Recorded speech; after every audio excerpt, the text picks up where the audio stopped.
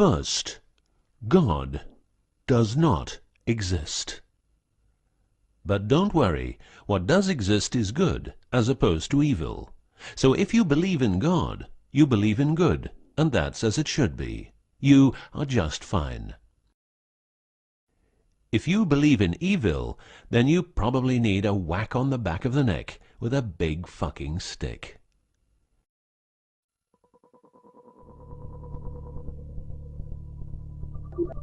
Around 5000 BC, we, Homo sapiens, were genetically modified by space aliens.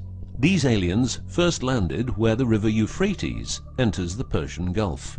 The reason is that in that area, a high concentration of what is called monatomic gold is found in the seawater, while nowadays the highest concentration is found on the islands of Hawaii. The aliens were members of the Annunaki Empire, and were on a quest to find this metal that is supposed to enhance and repair all bodily functions and stop the body from aging. Monatomic gold is what is called a superconductive metal. Superconductivity means that if you transport, for example, electricity through a line made of this material, you would not lose any energy as a result of heat dissipation. So if you input 100% of energy, you also output 100% of energy. Now apply this principle to your brain, which is a huge, sensitive electrical machine. The monatomic gold makes your neural pathways act like quantum drive superhighways. This means that all your senses will receive input optimally. In turn, these inputs will be processed optimally, and those parts of your brain you don't use will become more active, so enhancing your memory, making you better understand problems, allowing you to sense evil, detecting lies, becoming telepathic, and even being able to time travel in your mind by seeing the past or the future.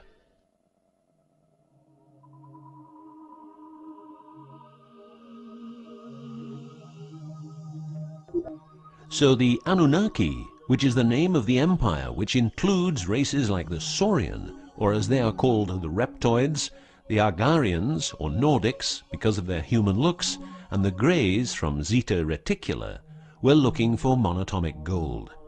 This involved enormous effort because it had to be extracted from seawater, or by processing it in such a way that the gold, usually in pairs of 8 atoms per molecule, could be separated into individual particles. In this fashion, the monatomic elements were separated from the multi-atomic cousins. In a similar way, uranium-235 is produced. For the use as intelligent slaves, the Annunaki took a man, let's call him Adamski, and took out a part of a rib. This is because the rib is a part of the human body that can be removed without causing too much damage, and because the rib contains bone marrow, it's a perfect source for DNA.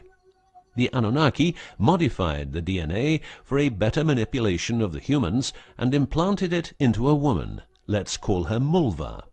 Mulva then had children with Adamski, and their children were, just like Mulva, genetically modified. These humans worked for the Annunaki, but not a lot of humans knew about the Annunaki, and then, for some reason, the Annunaki disappeared. An interesting detail is that the symbol for human DNA resembles the word Yah, which is God, but surely this is a coincidence.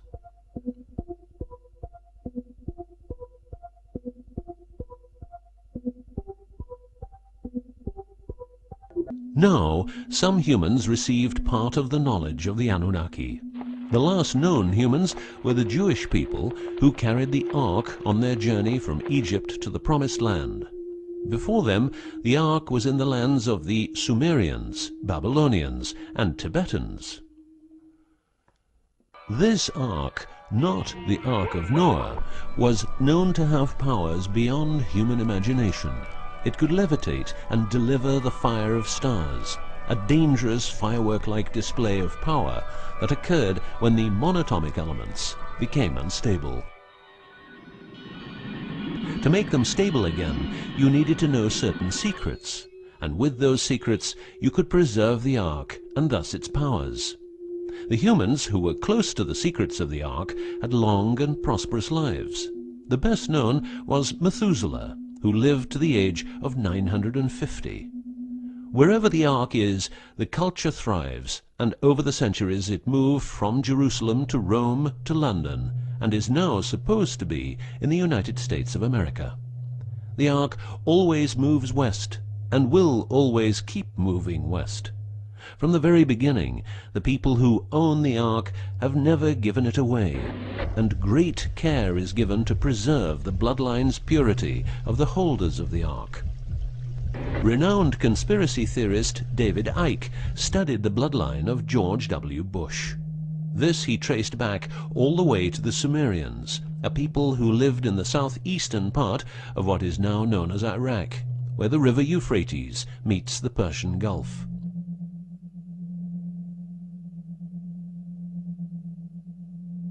The secrets of the elements of the Ark, scientifically known as ORMs, orbitally rearranged monatomic elements, are nowadays hidden by secret societies that have control over society worldwide.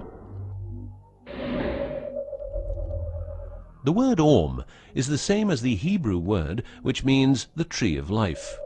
ORMs consist of 8 metals. These 8 metals are ruthenium, rhodium, palladium, and silver, known as the light platinum group, and osmium, iridium, platinum, and gold, known as the heavy platinum group. Gestation of these metals in monatomic form prolongs life and enhances and repairs bodily functions. By following what is called a wide-spectrum diet, we can provide our bodies with monatomic superconductive elements.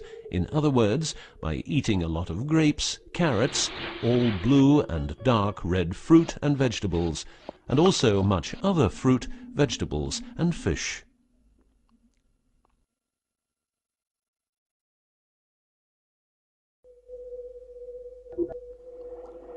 There are countless fragments of footage shot by both Russian and American astronauts, which show the vast number of lights that seem to be attracted by releases of electromagnetic energies by both the Earth and man-made objects such as satellites. In Building 8 of the Johnson Space Center in Texas, the USA, high-resolution pictures taken by satellites are photoshopped each day to remove proof of aliens. In the film The Secret NASA Transmissions, the footage, it becomes clear that astronauts have grown accustomed to these strange anomalies, and that even in 2000, an unprecedented cooperation between NASA, the Russian Space Agency, and a committee of UFO experts was formed to share knowledge on this subject. To better understand this whole story, a few revelations are in place. Everything vibrates because atoms vibrate, and that is because the subatomic particles are in harmonic resonance, a fancy word for vibration and keeping themselves in equilibrium. Gravity is vibration generated by the presence of mass, and it can be neutralized by altering the harmonic resonance of the gravitational field. In other words, if you generate vibrations, you can alter gravity, and with superconductive materials, the amount of energy needed for generating the vibrations is greatly reduced. A practical example of reducing one vibration with other vibrations is the use of anti-sound. If you instantaneously produce the exact opposite waveform that comes towards you in the form of sound, the sound will cease to exist. This is called destructive interference. One of the forms of creating anti-gravity is called auditive levitation, a method used by Tibetan monks to elevate rocks over 250 meters high and 250 meters distance. By arranging drums and trumpets extremely precisely, together with some 100 men chanting, all arranged in a precise manner, the monks, after about 5 minutes, could levitate a rock weighing a ton and place it exactly where they wanted it. Theorists around the world theorize that huge monuments like those of the Egyptians and Mayan people were built this way. Other examples of anti-gravity we find in the vast amount of UFO sightings. These UFO sightings are actually experiments run by governments in their search for anti-gravity propulsion. So, if the technique is known, why don't we all transport using anti-gravity propulsion? For each year of technological advance, the military advances 44 years. All science is merely a means to an end. The means is knowledge. The end is control. Who will be the beneficiary? What do they want? What they want is control. The establishment of a global economy which is totally predictable and can be manipulated in every sense. Ein Volk, ein Reich. Ein Führer. What I am saying is that the vast majority of people is being controlled by the established upper class. I know this is like the plot of a bad movie, but stay with me for a minute. Anti-gravity exists. The ability for everyone to be a genius exists. Aliens exist, and much more efficient ways of producing energy exist. For example, the mighty engine, which produces the same amount of energy as a normal engine, but only using 5% of the fuel a normal engine uses. Or the PAP engine, which without fuel, only driven by the power of zero-point energy and a small amount of noble gases, can deliver 500 horsepower for a period of 10 years. Or the Maternita machine of the Maternita commune, which has delivered 3 to 4 kilowatts out of thin air for the last 20 years. What would be the consequences for the upper class if they lose their monopolistic knowledge? What would happen to them if people would know about the secrets they're holding for us? If I don't need any more gasoline, what would happen? If I don't need any more electricity or gas, what would happen? If I don't need any more medicines from the pharmaceutical industry, what would happen? In order to ensure their powers, the upper class, some call them the Illuminati, handles a strict agenda. The agenda has the aim to prepare the world for world domination, beginning in the US and Europe. According to conspiracy theorists around the world, this is what they are doing as preparation. By the way, these people are extremely smart and fanatic, extremely rich, and they have tried it before. Then they were called the Nazis.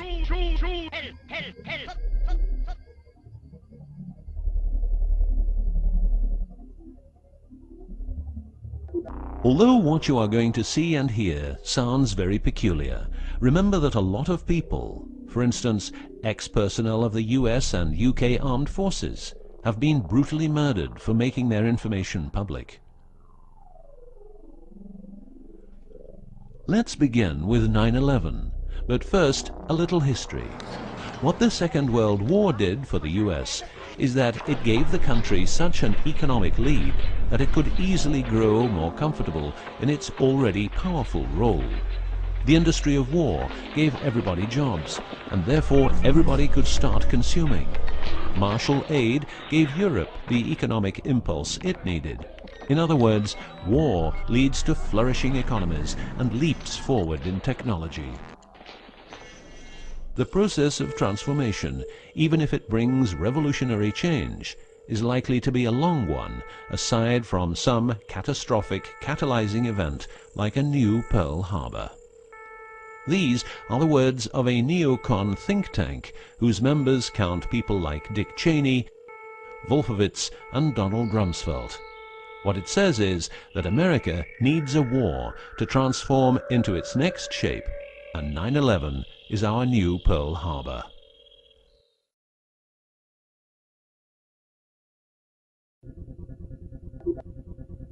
In the manipulation of people, one of the strongest weapons is to make people believe someone else did it.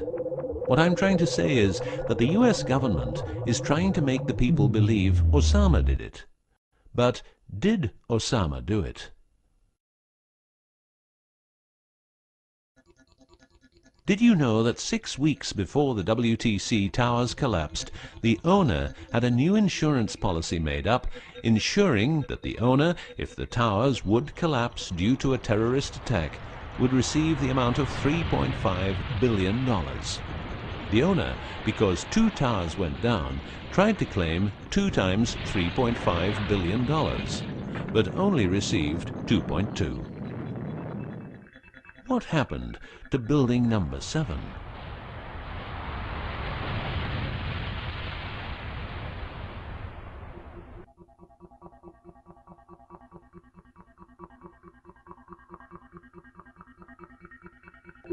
In order to control people who can be a hazard to the bad guys have control of a number of tools. One of these tools is the remotely operated electromagnetic frequency weapon. These use microwave, ELF, extremely low frequencies, and acoustic frequencies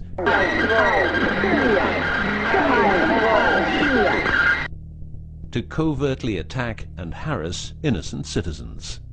The use of frequency weapons on humans for behavioral control and murder is not new.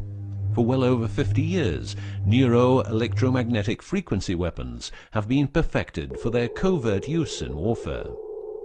These classified, non-lethal or silent weapons, as they are known in the trade, have also been perfected by experimenting on an innocent and unsuspecting public since their early development. Directing a beam of frequencies to a human can cause a series of effects. A well-known effect is ELFs, causing nausea, headaches, wild racing heart without cause, sudden violent itching in different parts of the body. A frequency weapon can look like this, or like this. Its shape depends on how frequencies have to be directed to the target. Did you know that the US Patent and Trademark Office holds a vast amount of patents for machines which can be used in direct or subliminal mind control systems? Here are a few. Method and system for altering consciousness. Superimposing method and apparatus useful for subliminal messages, subliminal message generator. Enough about the frequency weapons. Check this link to learn more.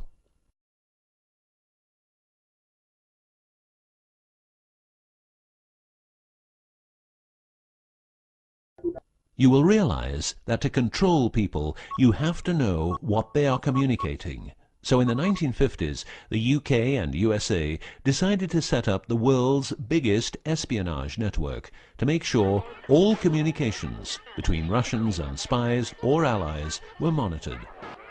This system has continuously been updated since the day it became operational. The system's name is Echelon and consists of a vast network of listening posts, extremely advanced computers, an enormous number of people, dishes, and taps. Echelon's computers capture every communication via internet, GSM, UMTS, landlines, TV and radio broadcasts, satellite communications, private, military, and diplomatic, and listens to every word.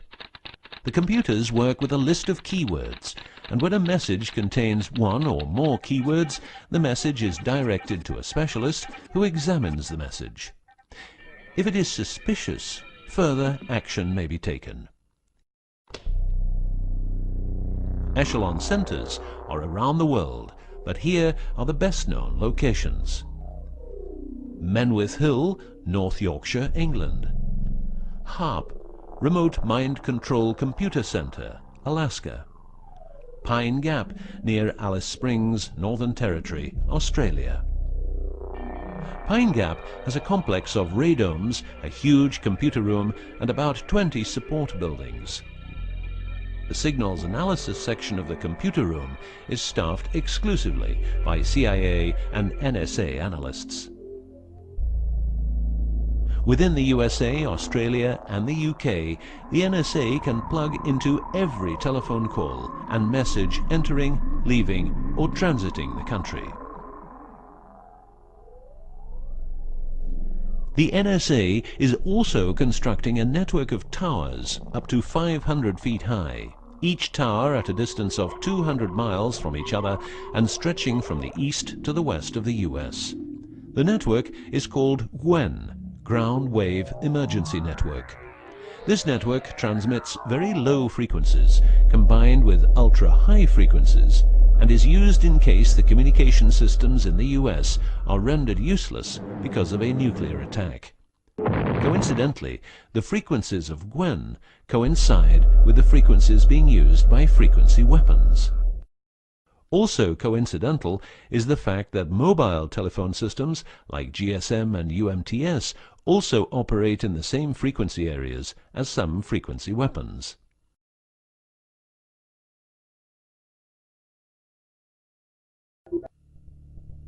To further prepare for global domination, the secret US government, led by the corrupt holders of the Ark, also known as the Illuminati, or the New Global Union, or the New World Order, or just plain Nazis using the Eye of Lucifer as their symbol, has started building since the 1940s large bases with every commodity you can think of. These bases are basically large cities underground, connected by high-speed magneto-leviton trains that have speeds up to Mach 2. According to Phil Schneider, the black budget is a secret budget that garners 25% of the gross national product of the United States. The black budget currently consumes trillions of dollars per year. Presently, there are over 129 deep underground military bases, or DUMBs, in the United States. These underground bases were built using nuclear-powered laser drills that can drill 7 miles per day. Also, dedicated nuclear explosions were held to create large underground spaces. A lot of contractors work in these places, but never more than 3 to 4 weeks. Always under strict supervision, and before entering a site they are warned that if they talk about what they see, it will cost them their lives.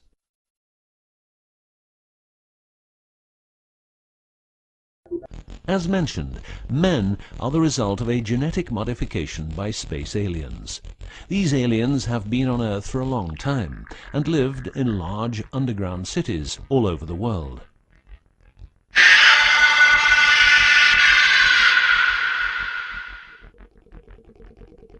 Collaboration with modern governments began as early as 1933 with the Bavarian Illuminati and Thule secret societies. And this collaboration was brought into America via the CIA, which was established with the help of American Nazi agents as well as European Nazis who were brought into America through Project Paperclip and other operations. It was agreed that the aliens and the upper-class secret government would help each other, as agreed in the 1954 Greada Treaty. By 1979, the aliens didn't respect the treaty at all, and it was in this year when, at Dulce Air Force Base, a huge underground base was being built, and during excavation, an underground alien city was discovered. There are several species of aliens working with the US at the Underground 7 level facility at the Alien US Government Biogenetic Research Base in Dulce, New Mexico. The reason they help the US government is because the aliens need space here on Earth for conducting experiments on humans and storing humans in suspended states for reasons unknown. In exchange, the aliens give the US government technology. Examples of these technologies are stealth aircraft, anti-gravity propulsion, genetic research, quantum technologies, computer technology, biological warfare, medicine, GSM, etc.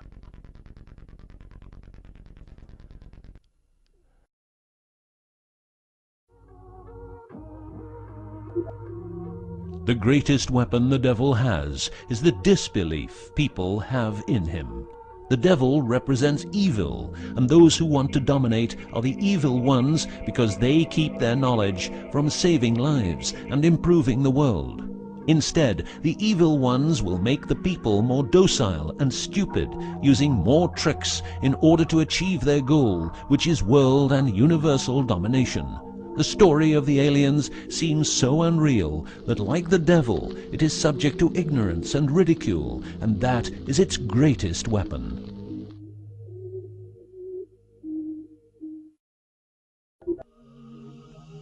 In the past and present, the evil ones have tried a number of methods and products to manipulate people. AIDS, invented by a laboratory in Chicago, Illinois in 1972. It was a biological weapon to be used against the people of the United States. Second, the US government has a Tesla device to generate earthquakes. NASA only landed on the moon once. Almost 90% of drugs trafficking is organized by the biggest secret services in the world, like CIA, NSA, MI5, MI6, and so on. Since the US is in Afghanistan, poppy production has reached an all-time high, and never has there been so much heroin on the market. People who don't need drugs needn't worry. Their needs are covered by the pharmaceutical industry. The global warming story is a hoax. The Earth is warming up, but not as a result of CO2 produced by man, but because the cycle of the Earth is just like it is. Remember that 10,000 years ago, the whole northern part of the world was covered in ice. It's what we call an ice age.